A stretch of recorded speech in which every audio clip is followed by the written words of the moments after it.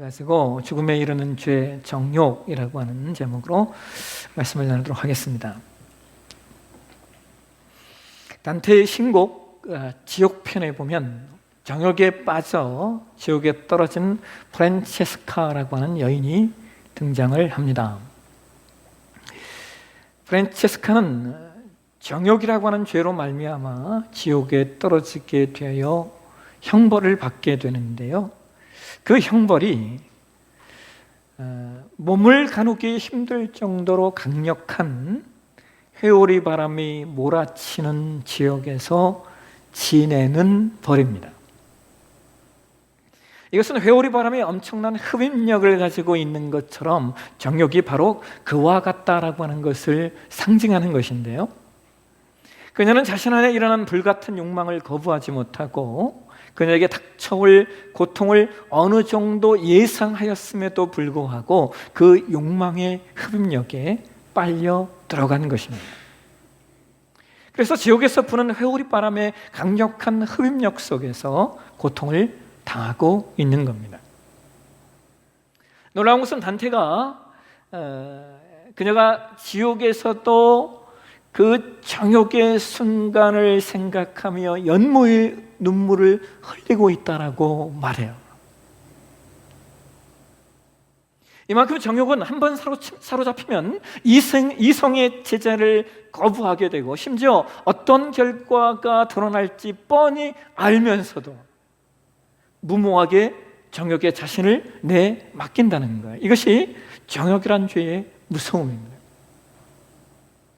여러분이 살고 있는 이 시대를 우리가 여러 가지로 표현할 수 있겠지만 그 중에 하나가 이런 거예요. 예전에는 적어도 사람의 의식적 개념 중에 고도의 스토아주의라고 하는, 너 자신을 알라라고 하는 개념이 있었는데, 그런데 현대의 사람들은 너 자신을 알라가 아니라 너 자신을 즐기라라고 하는 개념 속에서 살아간다는 거예요. 이것을 에피큐리아니즘이라고 말하는데요, 즉 로고스적인 이성보다 에로스적인 감성을 더 중시하는 시대가 되었다는 겁니다. 그래서 오늘날 세상은 온통 인간의 육적 감각을 자극하기 위해서 몰두해요. 그것이 문화 예술이든 그것이 산업 광고이든 우리 삶의 모든 영역의 대부분의 내용들은 우리의 감각의 육적 감각을 자극하고 있어요. 이렇게 인간의 육적 감각을 자극해서 우리 사회에 나타나고 있는 현상이 있어요. 하나는 외모 지상주의라고 하는 것이고, 또 하나는 끊이지 않는 성범죄예요. 여러분, 오늘날 우리 사회는요, 육체를 건강하게 만드는 것이 목적이 아니라 육체를 섹시하게 만드는 것이 목적이에요. 건강이 아니라 섹시하게 만드는 것이 목적이래요. 또 얼마나 많은 성형이 이루어지는지요. 물론 여러분, 성형이 필요한 사람들이 분명히 있어요. 그런데 필요에 의한 것이 아닌 충족을 위한 수단이 되어버리면 성형은 중독으로 흐르게 되고 그로 인하여 많은 부작용을 일으키는 것을 우리는 종종 보게 됩니다. 또한 여러분, 매스컴이나 어떤 인터넷 뉴스들을 보시면요, 매일같이 인간의 정욕으로 인하여 일어난 범죄들이 얼마나 많이 있는지요. 너무 많아서 다 기록할 수 없고요, 또 상대적으로 그건 다른 성범죄에 비하면 별로 세지 않은 내용이라 사람들이 크게 관심을 두지 않을 뿐이지, 오늘날 정욕으로 인한 성범죄는 매일같이 상상할 수 없을 정도로 많습니다. 그런데 여러분, 성욕이 성이라고 하는 거, 성욕이 나쁜 겁니까? 절대로 그렇지가 않죠. 여러분, 성경이 하나님을 안다라고 할 때요, 하나님을 안다, 하나님을 알 때라고 할 때 이 안다라고 하는 단어가 히브리 원어에 보게 되면 이게 야다라는 단어는 야다. 그런데 이 단어는요, 부부가 성관계를 통하여 서로를 아는 것을 말해요. 그러니까 남녀가 더 깊이 서로를 아는 방법은 성적인 관계에서 비롯된다는 거예요. 그리고 동시에 성관계는 하나님께서 인간을 창조하시고 허락하신 것이죠. 진화론자들은 인간의 성욕을 어떤 종족 보존의 내용으로 이해를 하는데 기독교는 절대로 그렇지가 않아요. 부부간의 성적인 관계에 대해서 어떤 기독교 학자들은요, 이런 얘기를 해요. 부부가 육체적 관계를 가지면서 맛보는 기쁨은 일종의 성례전과 같다라고 말합니다. 이게 무슨 말이냐면 성례를 통하여 신자들이 하나님과 연합되고 하나님께로부터 오는 은혜를 받는 것처럼 부부가 성을 통하여 하나 되는 일은 놀라운 신비라는 거예요.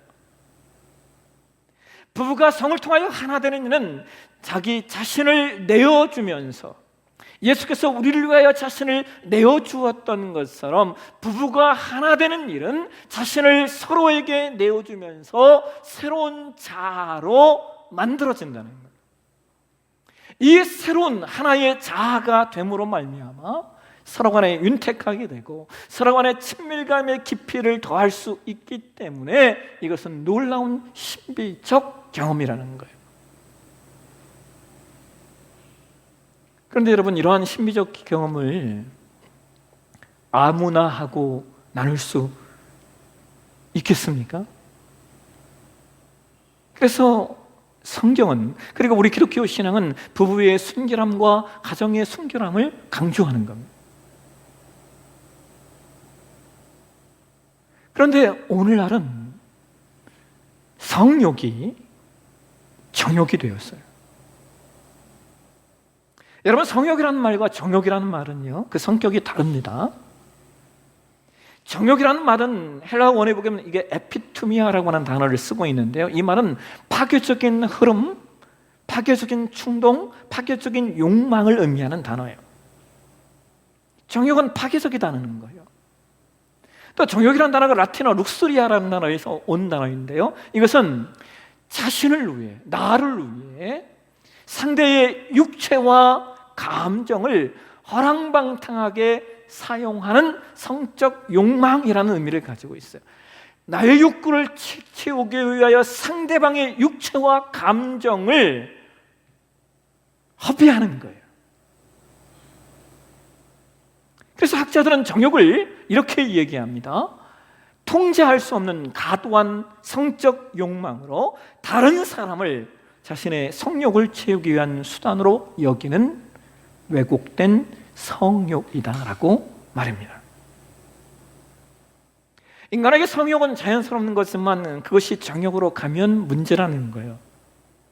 자, 그렇다면 여러분, 정욕의 결과가 무엇일까요? 정욕이 어떤 열매들을 맺냐라고 하는 거예요.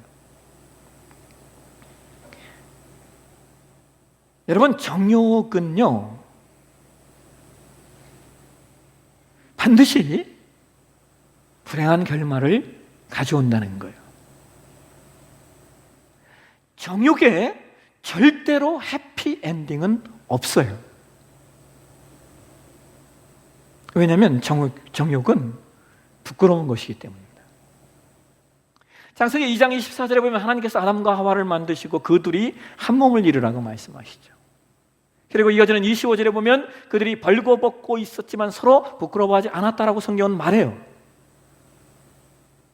그런데 창세기 3장으로 가서 아담과 하와가 죄에 빠져서 아담과 하와가 빠졌던 죄는, 자, 여러분, 아담과 하와가 빠졌던 죄를요, 이렇게 요약할 수 있어요.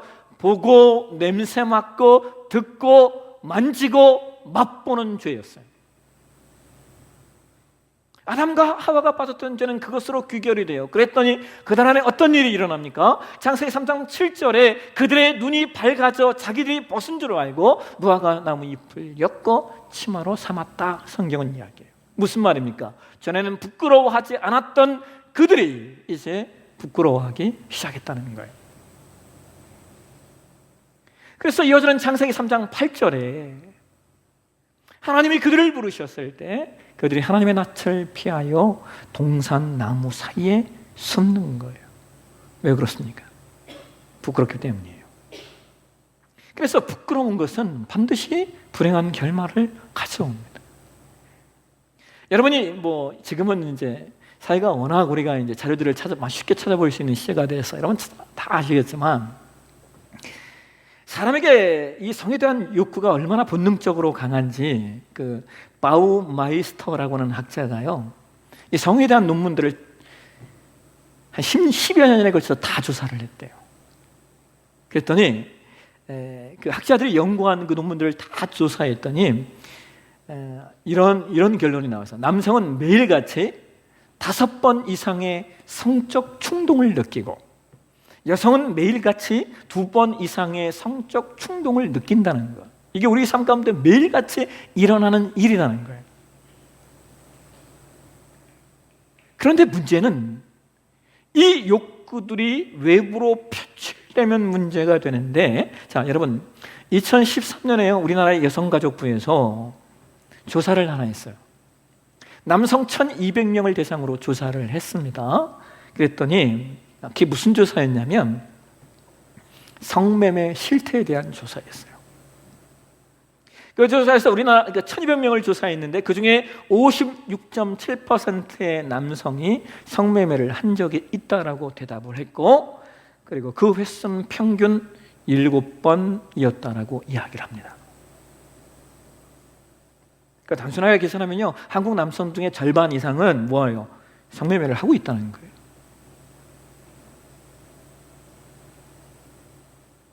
그런데 여러분, 우리가 어떤 설문조사를 하면요, 사람들은요 약간 보수적으로 반응을 하죠. 예. 그렇다고 치면요, 이건 정말 장난이 아닌 거예요. 여러분, 성경에 정욕에 대하여 가장 많은 말씀을 주고 있는 것이 잠언서입니다. 근데 여러분, 잠언서는 누가 기록했어요?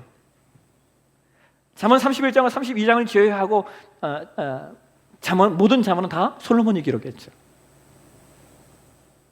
그런데 여러분, 왜 솔로몬이 잠언서에서 그렇게 정욕에 대하여, 그렇게 음란함에 대하여 많은 말씀들을 기록하고 있을까요? 솔로몬이 스스로 경험했던 일들이기 때문이에요. 자신이 경험하고 그 결과를 경험했기 때문에 그가 이야기하는 거예요. 여러분 기억하시죠? 솔로몬에게는 얼마나 많은 후궁들이 있었습니까? 그런데 그가 경험해 보니까, 자신이 체험해 보니까 그것이 얼마나 큰 아픔인가 솔로몬이 뼛속 깊이 깨달은 거예요. 그래서 이런 얘기를 해요. 우리 함께 잠언 6장 26절에서 29절 말씀 한번 보실까요? 같이 한번 읽도록 하겠습니다. 음녀로 말미암아 사람이 한 조각 떡만 남게 됨이며 음란한 여인은 귀한 생명을 사랑함이라. 사람이 불을 품에 품고서야 어찌 그의 옷이 타지 아니하겠으며 사람이 숯불을 밟고서야 어찌 그의 발이 되지 아니하겠느냐. 남의 아내와 통간하는 자도 이와 같을 것이라. 그를 만지는 자마다 벌을 면하지 못하리라. 여러분, 음란함은요 떡 한 조각만 남는데요, 남는 게 없어요. 음욕은 불과 같기 때문에 반드시 타게 되고 화상을 입을 수밖에 없다는 거예요. 반드시 불행한 결과만 남아요. 또 잠언 7장 21절에서 23절에는 이런 말씀도 하고 있어요. 보실까요? 같이 읽겠습니다. 여러 가지 고운 말로 유혹하며 입술에 호리는 말로 꿰물어 젊은이가 곧 그를 따랐으니 소가 도수장으로 가는 것 같고 미련한 자가 벌을 받으려고 쇠살에 매이려 가는 것과 같도다. 필경은 화살이 그 간을 뚫게 되리라. 새가 빨리 그물로 들어가되 그의 생명을 잃어버릴 줄을 알지 못함과 같으리라. 여러분, 정말 기가 막힌 표현 아니에요? 정욕은 소가 도추장으로 끌려가는 것과 같대요. 정욕은 쇠사슬에 매이는 것과 같다는 거예요. 화살이 나의 간을 관통하는 것과 같대요. 새가 그물에 들어가는 것과 같대요. 그런데 마침내 생명을 잃는데도 그것을 모르는 거예요. 그것이 정욕의 무서움. 그렇다면 문제는 이겁니다. 우리가 어떻게 정욕을 이길 수 있는가? 어떻게 정욕에 빠지지 않을 수 있는가?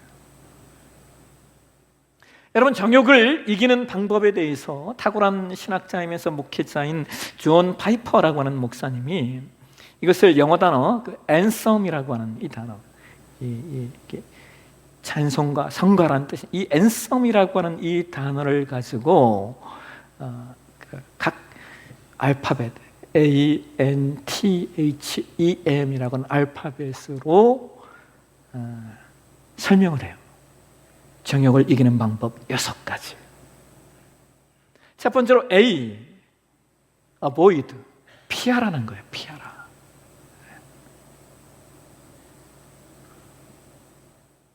여러분, 정욕적인 유혹은요, 대항해서 싸우기가 참 어려워요. 그래서 정욕을 이기는 첫 번째 방법이 뭐라는 거예요? 피하라는 거예요. 그렇기 때문에 사도 바울도 디모데후서 2장 22절에서 또한 너희 청년의 정욕을 피하고 라고 말하고 있고, 사도 베드로도 베드로후서 1장 4절에서 너희가 정욕 때문에 세상에서 썩어질 것을 피하여 라고 말하고 있어요.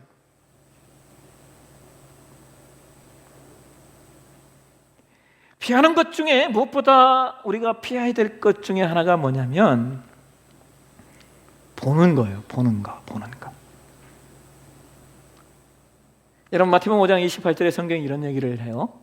나는 너희에게 이르노니 음욕을 품고 여자를 보는 자마다 마음에 이미 간음하였느니라. 여러분, 이 말씀은요, 약간 번역상에 좀 문제가 있어요. 그래서 이 말씀을 정확히 번역하면 이런 의미예요. 누구든지 정욕의 대상으로 삼기 위해 여자를 바라보는 거예요. 그런 자는 이미 뭐 했다는 거예요? 마음에 간음한 거라는 거예요. 보는 게 중요해요. 어떻게 보느냐. 보는 것을 피해야 돼요. 또 있어서는 안 되는 자리가 있어요, 여러분. 내가 서 있어서 안 되는 자리가 있다고요. 내가 서 있어서는 안 되는 상황이 있어요.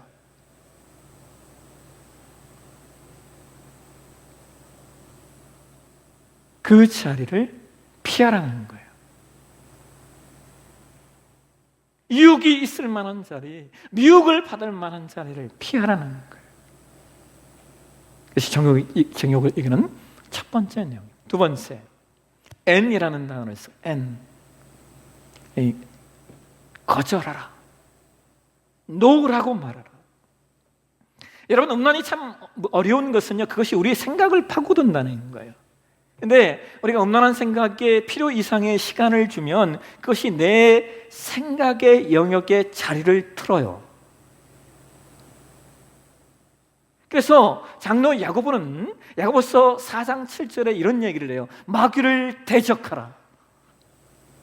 그래야면 너희를 피하리라. 여러분, 여기 대적하라라는 의미는요, 뭐 다른 의미가 아니라, 여러분, 좋지 못한 생각이 들어올 때마다 우리는 외쳐야 돼요. 뭐라고요? 예수의 이름으로 물러가라. 긴 말이 필요하지 않아요. 많은 경우 음란한 생각은 내가 혼자 있을 때 내 안에 들어오거든요. 그래서 외칠 수 있어요. 외쳐야 돼요. 예수의 이름으로 물러가라. No! 세 번째, 앤썸이라는 단어의 세 번째 알파벳은 T라는 단어예요. T. 돌아서라. 여러분, 거절하는 것만으로는 좀 부족해요. 왜냐하면 거절은 방어 태세이기 때문에. 그래서 여기서 말하는 턴이라고 하는 이 단어는요, 방어 태세가 아닌 좀 더 적극적인 공격 태세를 가지는 거예요. 그렇다면 여러분, 공격적인 자세가 뭘까요? 무엇이 공격적인 자세일까요? 예? 생각에 들어오는 이런 정욕들을 우리가 어떻게 여러분, 이건 무슨 말이냐면 정욕이 우리에게 주는 거짓 약속을 감각이 아닌 이성으로 헤아려 보라는 거예요. 헤아려 보라. 정욕만큼 육체적으로 달콤한 것이 없거든요. 그래서 한 번 빠져본 사람은 그 욕구를 이겨내기가 참 어려워요. 그렇기 때문에 감각이 아닌 이성으로 정욕의 결과에 대해서 계산을 해보라는 거예요. 내가 정욕으로 얻어지는 것과 정욕으로 인하여 빼앗기는 것이 무엇인지 계산해 보라는 거예요. 정욕은 일시적이에요. 일시적. 그런데 일시적 기쁨을 얻으려는지는 모르겠지만 빼앗기는 것이 너무 많아요.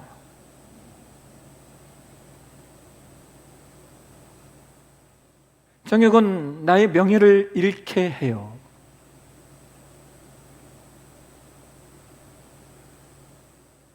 정욕은 나의 일도 빼앗습니다.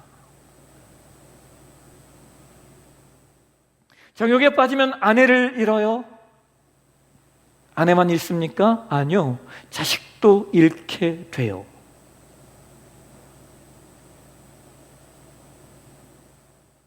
정욕에 빠지면 한 번의 달콤함이 있긴 한데 참으로 긴 시간을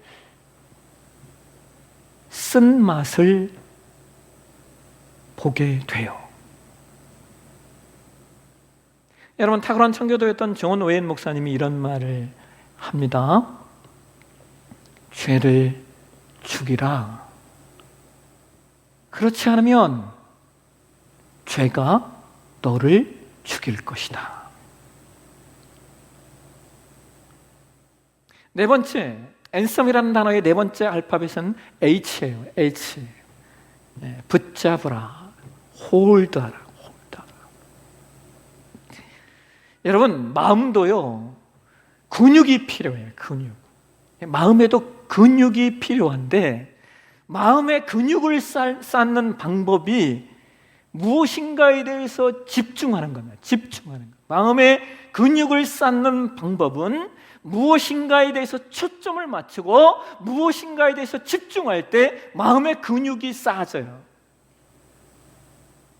그래서 성경은 히브리서 12장 2절에 이런 말씀을 해요. 믿음의 주여 또 온전케 하시는 이인 예수를 바라보자. 우리가 무엇을 붙잡아야 되느냐? 예수 앞에 초점을 맞추는, 예수를 붙잡아야 된다는 거예요. 여러분, 정욕을 우리의 마음과 생각에서 몰아내는 일이 중요한데요, 몰아내는 방법이 다른 게 아니에요. 여러분, 내 마음과 생각을 주님의 것을 채우면 자연스럽게 정욕은 밀려나게 되어 있어요. 밀려납니다. 예전에 술 중독이었던 분이 한참을 병원에 입원해서 치료를 받고 퇴원을 했어요. 퇴원하자마자 술이 보이기 시작해요. 한동안 병원에 있었는데 퇴원하자마자 술이 막 땡기기 시작하더라는 거예요. 이분이 어쩔 줄 몰라 하다가 어떤 선택을 하냐면요, 가게에 달려 들어가서 그냥 우유를요 그냥 막 들이키기 시작했어요. 우유를 한참 들이켜서 배가 빵빵해지니까 술이 생각나지 않았대요. 좀 기억하시겠어요? 여러분, 정욕은 우리 안에 주님의 것을 채우면 밀려납니다. 다섯 번째, 앤썸이라는 단어의 다섯 번째 알파벳은 E예요. E. 즐기라, 엔조이하라.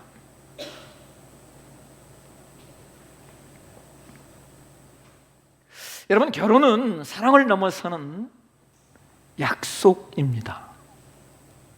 그래서 주례사에서 사랑하느냐라고 묻지 않고요, 서로 사랑할 것을 약속하느냐라고 묻는 거예요. 결혼은 사랑을 넘어서는 약속인데 이 약속에는 자신의 몸을 남편과 그리고 아내의 것이 온전히 되게 하겠다는 약속이 있습니다.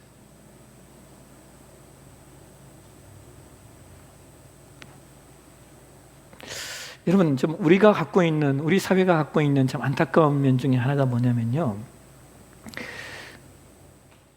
우리가 결혼에 대해서 공부한 적이 없다는 거예요. 결혼은 이건 정말 심각한 일이거든요. 러시아 속담에 그런 말이 있다고 했잖아요. 예? 직업을 선택할 때는 한 번 기도해라, 결혼할 때는 3번 기도해라. 근데 우리는 결혼에 대해 배우지 않아요. 또 부모가 되는 것도 배우지를 않아요. 자녀를 낳는다라고 하는 것은 이거 정말 대단한 일인데 이것에 대해서 우리가 심각하게 공부하지 않아요. 또 하나 공부하지 않는 게 뭔지 아세요, 여러분? 우리는 부부가 성관계를 맺는 것도 공부하지 않는다는 거예요.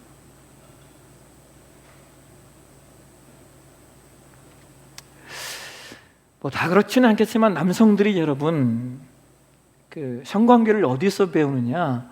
친구에게 배우거나 동네 형에게 배우거나 아니면 군대 가서 배우거나 심지어요 남성들은 포르노에서 성관계를 배워요. 그러니 부부간의 성관계가 정상적일 수 없는 거죠. 그래서 적지 않은 남성들이 나의 욕구를 채우는 착취로서의 부부 관계를 하는 경우들이 많아요.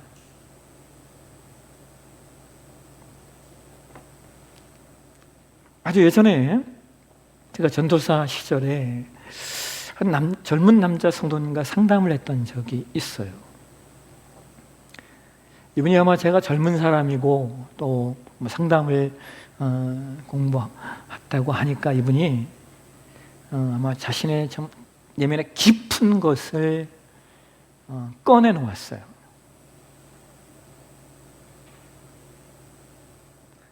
정말 쉽게 얘기할 수 없는 내용이에요.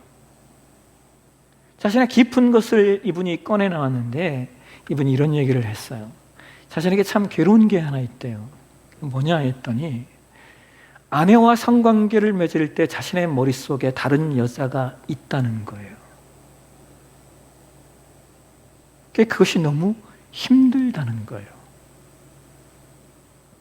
그래서 제가 상담을 하면서 물었어요. 매번 그러냐고. 그랬더니 생각을 해보더니 매번 그런 건 아니라는 거예요. 그러면 안 그랬을 때가 언제 어떤 상황이었는지 한번 생각해 보라고. 이분이 한참을 생각하더니 이렇게 말했어요. 내가 아내와 성관계를 맺을 때 다른 여자를 생각하지 않았던 적은 내가 아내와 맺는 이 성관계가 적극적이었고 나도 아내도 적극적이었고 서로 간에 충족스러웠을 때는 그러지 않았다는 거예요.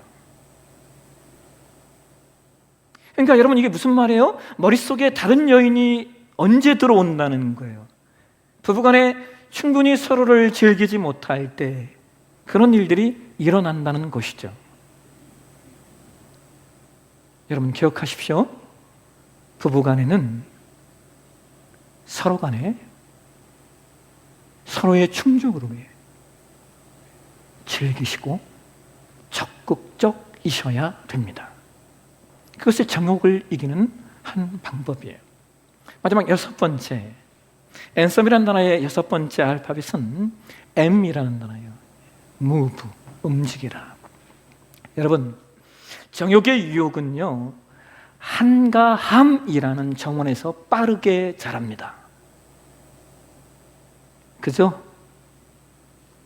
멍하니 있을 때, 할 일이 없을 때 정욕의 유혹이 들어온다는 거예요. 그래서 그런 유혹이 왔을 때 그런 상황과 자리를 떠나 움직이는 것이 정욕을 이길 수 있는 한 방법이 되는 거예요. 말씀을 맺겠습니다. 요한 카시아누스라고 하는 수도사가 이런 말을 남겨요. 조상들의 전통에 따르면 두 번째 싸움은 음란의 영에 맞서는 것이다. 가장 길고 오랫동안 이었으며 이것을 결정적으로 이긴 사람은 매우 적다. 끝없는 싸움이다. 여러분, 정욕과의 싸움은요 끝없는 싸움이에요.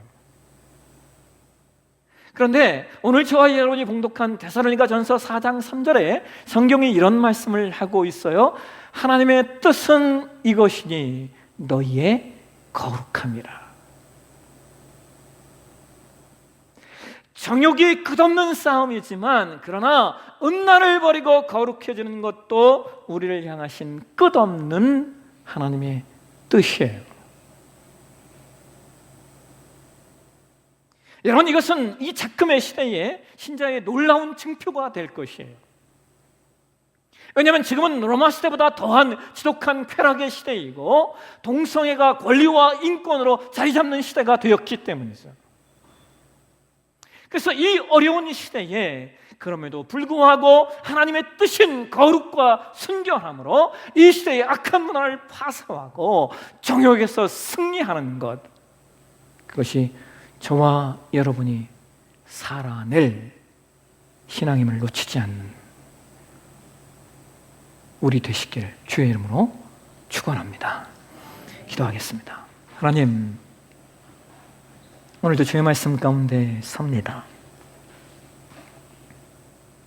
하나님께서 우리에게 허락하신 가정 안에서